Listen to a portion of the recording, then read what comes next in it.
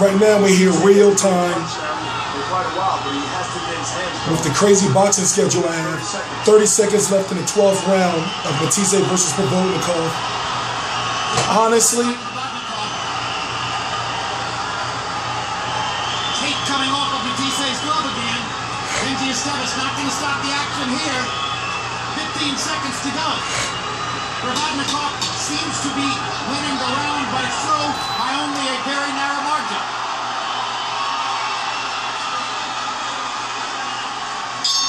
Now, ladies and gentlemen, this fight could very well be a draw. Now, according to Harold Letterman's card, Provodnikov had to win the last 2 rounds in order for it to be a draw. Now, let's talk about before they get to the post-fight interviews in Verona, New York. And maybe it wasn't as explosive and dramatic as in our wildest imaginations we thought it would be, but it was a hell of a fight. I enjoyed the fight. You know, the crowd here, Turner Stone was hollering, screaming. It was a good fight. So listen, Provodnikov's face got beat to shit. Harold Letterman, you had it 105, 104 coming to the 12th round. Who won the 12th? Jim, I thought Ruslan Provodnikov won the 12th. I thought Ruslan Provodnikov staggered him in the 11th. I think the fight was so good, I called it a draw. I've got it 6 rounds apiece, 114, 114. Very tough fight to score. Writers on Twitter showing the same score that Harold Letterman had. Of course! 114, There's no doubt 114. about it. And who are the official judges, Harold? Okay, Jim. Don Ackerman, president of the International Boxing Hall of Fame, he had Granovich decision over not. Yeah, he had Granovich over Dib. That was the right score. Don, you I had Matthysse. Nice man. Let's talk about Glenn Feldman. Last week he killed me. This is a guy that's a really good judge. Last week he scored Peter Quillen. But a draw, come on guys now. This is the type of fight, like if you out there being cheap and watching those streams, if you watch it with a bunch of people, wait until you go home or wait until you're by yourself and watch the fight again. Don't come here to us, oh, you're blind, this person got blind. Watch the fight again. This is one of those fights where if you pick Provodnikov, you wasn't wrong. If you pick Matthysse, you wasn't wrong. We'll talk about Quillen Lee because there's nothing wrong with this fight being a draw. On top of Andy Lee's foot, but the biggest difference, the biggest. I understand what you're saying. Let's go to Ray Flores, the ring announcer, with the official scores. His eye. Before we read the official scorecards, please give these 2 warriors of the ring a round of applause for an unbelievable fight inside this ring. After 12 rounds, we go to the scorecards. Here are your score totals. Judge at ringside, Don Ackerman, has the bout. 114, 114, a draw.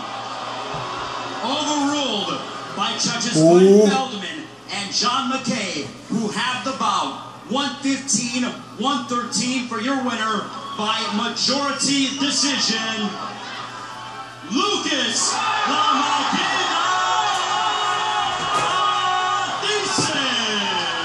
I guess the question is now, before they get to the post-fight interviews, I guess the question is now, do you want to see a rematch? Me, honestly, I would go for a rematch because there's so many different things we got to talk about. I'm going to mute this for a minute, and I'm not going to make this video too long because I got to get to Chavez versus Fanfare, then Mayweather versus Pacquiao at last. And as you can see, you know, I just don't have a voice and really need some rest. So, it seems as though Ruslan Provodnikov not having any head movement finally caught up to him. Because you're talking about rounds 1 and 2, he got his face smashed in. Now, if you look at the difference between their faces, let's listen to the stats. Fans at home, listen to this. They won the fight. You see, he landed 126 more punches by CompuBox count. He threw nearly 300 more punches, 289 in fact, more punches than Provodnikov, or 279 more punches, I should say, than Provodnikov, landing at a higher percentage, 32%. Power punches. So listen, you know what? We fucking up. As well. Jim Lamb, we fucking up. So I'm going to read the punch stats to you. And we're going to talk about them. Lucas Matthysse, 327 of 1,034, 32%. So he threw over 1,000 punches. Ruslan Provodnikov, 201 of 755, 27%. Now, in the first couple of rounds, for one, the jab of Lucas Matthysse was sharp. I'm talking about double and triple jabs. And Ruslan Provodnikov not having any head movement is the reason why his face got smashed up. So I asked myself, the question is, should he change trainers? You know, because when you look at 3 fights with Marvin Somodio, 3 out of 4 fights with Marvin Somodio, he lost his fight against Lucas Matthysse. He lost a fight against Chris Algieri.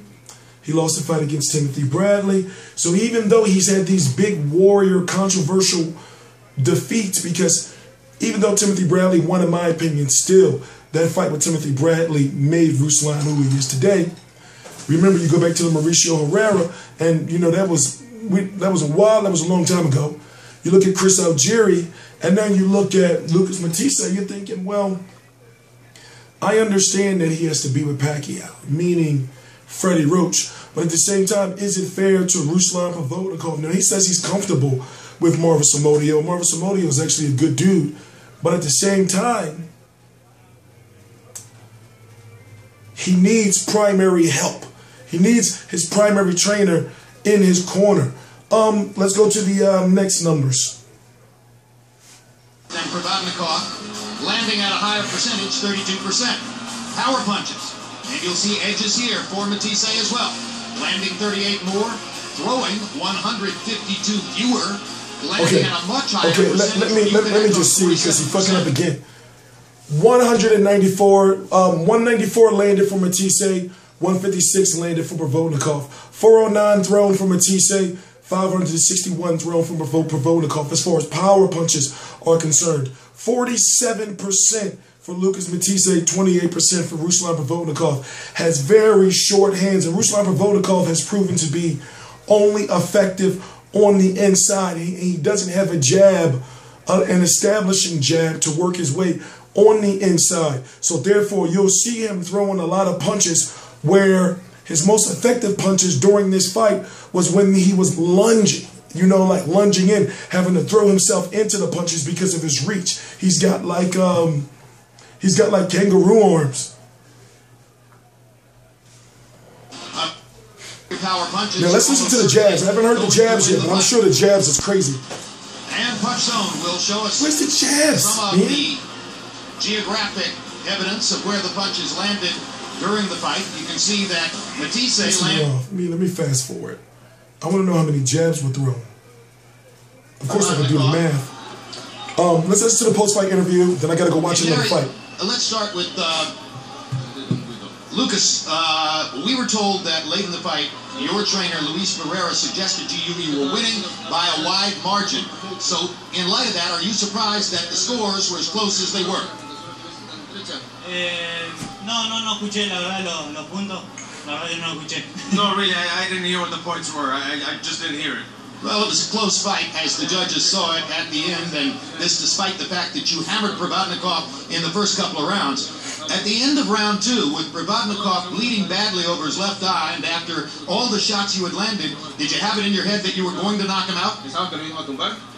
Sí, pensé que sí, ¿no? La verdad que le veía el corte ese y pensaba que le iba a lastimar porque le daba golpes duros. Pero es una roca. I thought so, yes, because I saw that cut and I was hitting him hard. But, you know, he is a rock. I thought it was going to hurt him. So is his chin about as impregnable as any chin you've been in with? I mean, he took an amazing amount of punishment from you. Sí, la verdad que sí. Recibió mucho, le di mucho bien fuerte. Me hice mal la mano, pero bueno, la verdad, un gran campeón. He did. He took a lot of hard punches, and I even hurt my hand, but he is a great champion. All right. You seem to allow him to get back into the fight somewhat in the middle rounds. Were you pacing yourself, realizing that it might turn out to be a long fight after all?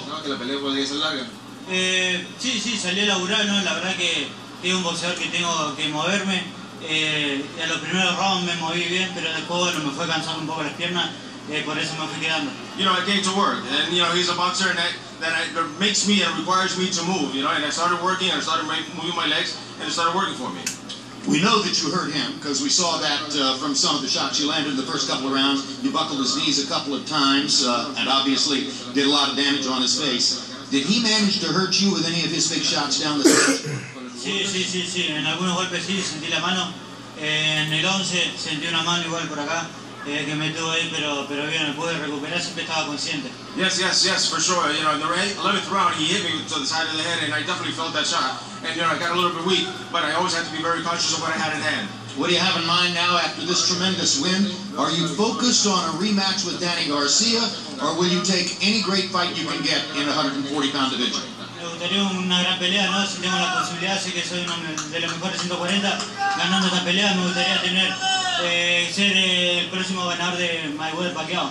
You know, I'm one of the best in the 140 division. I would like to do whatever fight comes up, but I would like the best fight, Mayweather Pacquiao. That would be the one. I'm one of the best in the division. All right, congratulations on a great show. Muchas gracias, un saludo para mi hija, para la gente de Junín, para todos los pibes que me ayudaron, para los pibes del gimnasio, para mi familia, para mi señora María, para mi familia allá entre Leo, para toda la Argentina, muchísimas gracias. Y aguanta Argentina, la concha de su madre. That was for his daughter, right?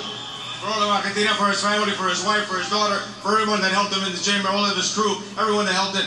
Long live Argentina. And the entire fighting family of the Matthysse. Thank you, Jerry, and thank you very much. Now here is Ruslan Provodnikov. Look at his face. Vasily, let's start with the first couple of rounds. He got hammered around in the first couple of rounds, and a headbutt caused the big cut over his left eye. After those rounds, was he worried about his ability to finish the fight? После первых раундов, когда ты проиграл, когда у тебя открылось рассечение, ты думал, что ты не сможешь продолжить какой-то момент бой? Нет, выходя в ринг, я говорю своему тренеру всегда, что бы ни случилось, не думаю останавливать бой. Либо я сегодня упаду, либо я выиграю любой ценой. Поэтому думать об остановке или прекращении боя у меня никогда в голове нет. Лучше я упаду. Every time I come into the ring, I tell my trainer to never stop the fight. The only time that the fight will be stopped is I'm on my back, laying on the ground. All other times, I was going to fight until the end. Is he the hardest puncher you've been in with? I'm sorry? Is he the hardest puncher that Ruslan's been in? У Лукас Matthysse это был боксер с самым сильным ударом, которым тебе пришлось боксировать? Я думаю, что да. Yes, he was the hardest puncher that I ever faced. In the middle of the fight, you were gaining the purchase, you were getting back, you landed some big shots. Coming into the late rounds, did you feel that you had a chance to knock him out, or were you still thinking you could win a decision? В середине боя ты немного выровнял ситуацию, много нанес ему ударов сильных, и думал, что сможешь в концовке нокаутировать. Как ты, тактика какая была в концовке? Закончить бой любой ценой, то есть выиграть любой ценой, неважно какой ценой она мне достанется. Вы видели, что я себя отдаю всего и не обращая на то, что со мной будет. Я дарю себя всем своим землякам, всем своим фанатам, которые за меня болеют. Я свое слово всегда держу. Я обещаю, что я всегда обещаю, что я дам зрелищный бой. Неважно, какой будет результат. Я свое слово сдерживаю. I just wanted to win the fight, no matter how it came, by knockout or any other way. I go out there every time and I just fight till the end. I give it all. I give it 100%. And I just want to thank my fans and everybody in the building that came to support me. I promise before every fight that I'm going to give it all, and I give it all every single time. And he did again tonight. Thank you very much, Ruslan.